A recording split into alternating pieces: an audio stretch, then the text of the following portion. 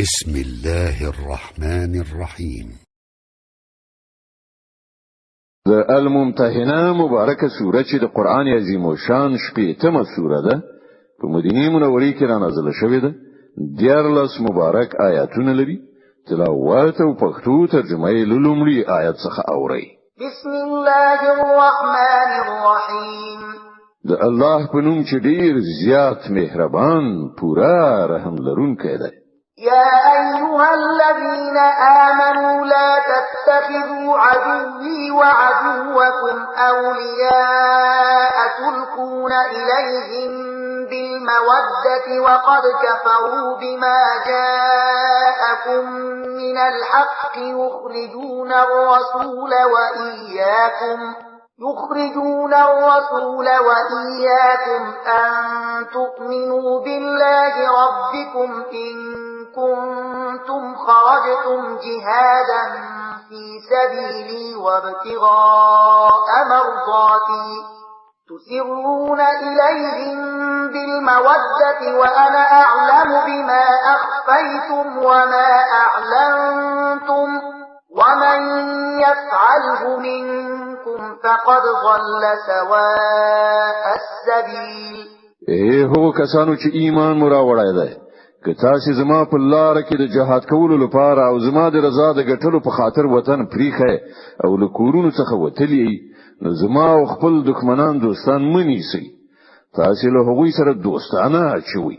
په داسې حال کې چې کوم حق دین چې تاسو ته راغلی دی د هغه له منلو نه هغوی انکار کړی دی او د هغو چلن دا دی چې پیغمبر او په خپل تاسو صرف په دې ګناه له وطن څخه باسي چې تاسو په خپل پروردگار الله باندې ایمان راوړی دی.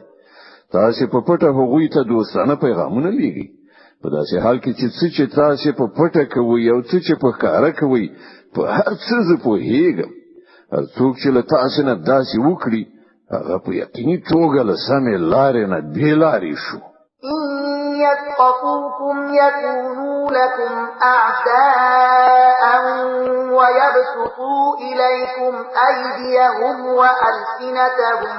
بالسوء وودوا لو تكفرون.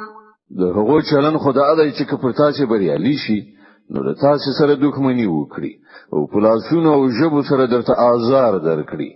هغوی خود دا غواړي چې تاسو د هم په یو ډول کافر شئ. لن تنفعكم أرحامكم ولا أولادكم يوم القيامة يفصل بينكم والله بما تعملون بصير.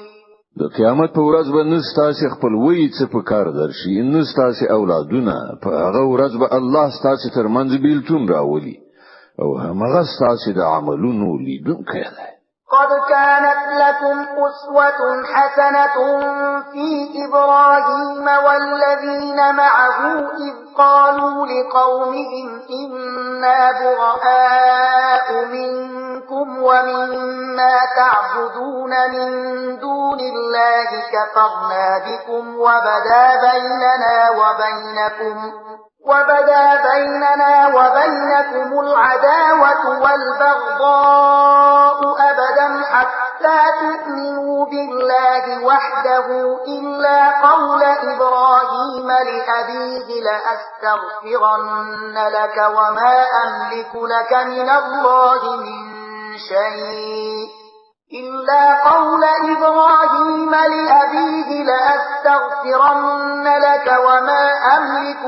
من الله من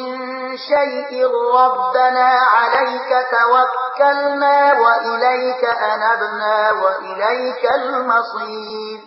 ستاسو لپاره په ابراهیم او د هغه په ملګرو کې یو غوره نمونه ده چې هغوی خپل قوم ته په ډاګه وویل موږ له تاسو نه او ستاسو له دغو معبودانو څخه چې تاسو د خدای په ځای بندګي کوي قطعي بیزاري. موږ له تاسو نه منکر شوي او زموږ او تاسو ترمنځ د تل لپاره دښمني شو او کینه ولوېدله تر څو پورې چې پر یو الله ایمان رانوړي. خو خپل پلار ته د ابراهیم دا وینا له دینه مستثنا ده چې زه به ستاسو لپاره د مغفرت غوښتنه ارومرو وکړم او له الله نه ستاسو لپاره چې لاس ته راوړل زما په وس کې نه دي. او د ابراهیم او د هغه د ملګرو دعا دا و چې زموږ پروردګار پر همدا ته باندې موږ توکل وکړ او همدا ستا لوري ته موږ رجوع وکړه او همدا ستا حضور ته بیا زموږ درګرځېدل دي. ربنا لا تجعلنا فتنة للذين كفروا واغفر لنا ربنا إنك أنت العزيز الحكيم. ای زموږ پروردګاره موږ د کافرانو د آزمایښت وسیله مه ګرځوه او ای زموږ پروردګاره زموږ له ګناهونو څخه راتېر شه بېشکه همدا ته برلاسی د حکمت څښتنې. لقد كان لكم فيهم أسوة حسنة لمن كان يرجو الله واليوم الآخر ومن يتول فإن الله هو الغني الحميد. د همدغه خلکو یعنی د ابراهیم او د هغه د یارانو په چارچلن کې ستاسو لپاره او د هر هغه چا لپاره غوره نمونه ده چې د الله او د آخرت د ورځې هیلهمن وي. کله دین څوک منحرف وي نو الله بې نیازه او په خپل ذات کې استعار شوی دی. عسى الله أن يجعل بينكم وبين الذين عاديتم منهم مودة والله قدير والله غفور رحيم. لری نه ده چې الله یو وخت اسي او هغه خلکو ترمنځ مینه واچوي چې له هغه سره نن تاسو دښمنی راخیسته ده. الله لوی قدرت لري او هغه بخونکی مهربان ده. لا ينهاكم الله عن الذين لم يقاتلوكم في الدين ولم يخرجوكم من دياركم أن تبروهم وتقسطوا إليهم إن الله يحب المقسطين. الله تاسو له دې خبرې نه منع کوي چې تاسو له هغو خلکو سره د نیکی او عادل چلند وکړئ چې هغه د دین په باب له تاسو سره جنگ نه دی کړی او تاسو له خپل کورونو څخه نه یې ویستلی. الله عادل کوونکی خوښوي. إنما ينهاكم الله عن الذين قاتلوكم في الدين وأخرجوكم من دياركم وظاهروا على إخراجكم أن تولوهم ومن يتولهم فأولئك هم الظالمون.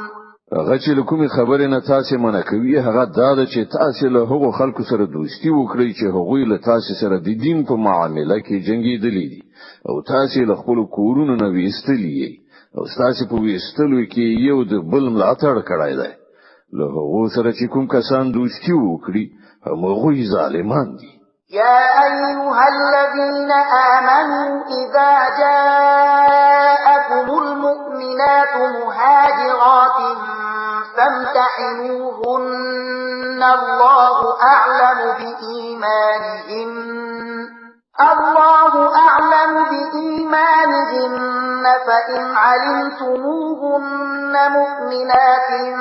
فلا ترجعوهن إلى الكفار لا هن حل لهم ولا هم يحلون لهن وآتوهم ما أنفقوا ولا جناح عليكم أن تنكحوهن إذا آتيتموهن أجورهن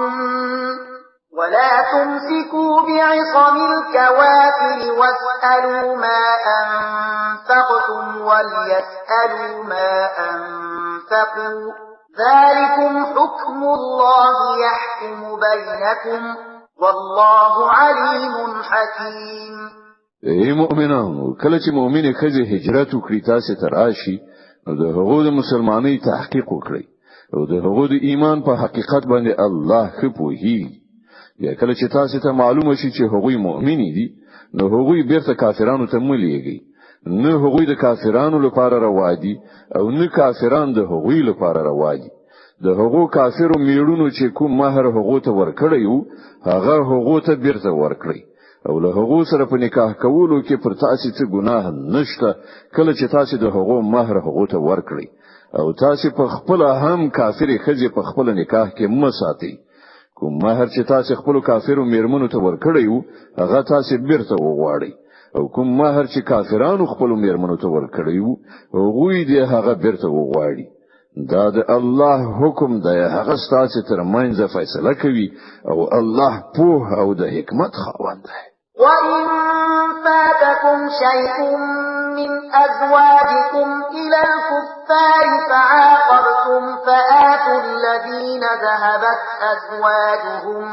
مِّثْلَ مَا أَنفَقُوا وَاتَّقُوا اللَّهَ الَّذِي أَنتُم بِهِ مُؤْمِنُونَ او که تاسو د کافرو میرمنو له مہرونو څخه یو څه تاسو ته له کافرانو څخه بیرته په لاس در نشي او بیا تاسو ور راشي نو د کوم خلکو میرمنې چې هلته پاتې شوي دي هغه ته هغه مرڅ ورکړي چې د هغه له ورکړو مہرونو سره برابر وي او له هغه خدای نه ویریدونکي ووسی چې پر هغه مو ایمان راوړای دی يا أيها النبي إذا جاءك المؤمنات يبايعنك على ألا يشركن بالله شيئا ولا يسرقن ولا يزنين ولا يقتلن أولادهن ولا يأتين ببهتان يفترينه بين أيديهن وأرجلهن ولا يعصينك في معروف فبايعهن واستغفر لهن الله إن الله غفور رحيم ای پیغمبر کله چې تاسو مؤمنه خزي د بیعت کولو لپاره راشي او د دې خبرې وعده وکړي چې هغوی بل الله سره کوم شی نه شریکوي غلا نه کوي زنا نه کوي خپل اولاد نه وژني د خپل لاسونو په کو په وړاندې به کوم بهتان جوړ کړي نه راوړي یعنی هغه ماشوم د خپل میړه ته نه منسوبوي چې په نامشروع توګه له بل چا څخه زیږولې وي او په کوم معروف کار کې بستانه فرمانی نه کوي له هغونه بیعت واخله او د هغو په حق کې له الله نه مغفرت وغواړه یقیني ډول الله بخونکی او رحم کوونکی دی يا أيها الذين آمنوا لا تتولوا قوما غضب الله عليهم قد يئسوا من الآخرة كما يئس الكفار من أصحاب القبور ای مؤمنانو هغه خلق دوستان منیسي چې الله ور باندې غضب کړای دی چې له آخرت نه داسې نا امید دي لکه څنګه چې په قبرونو کې پراته کافران نا امید دي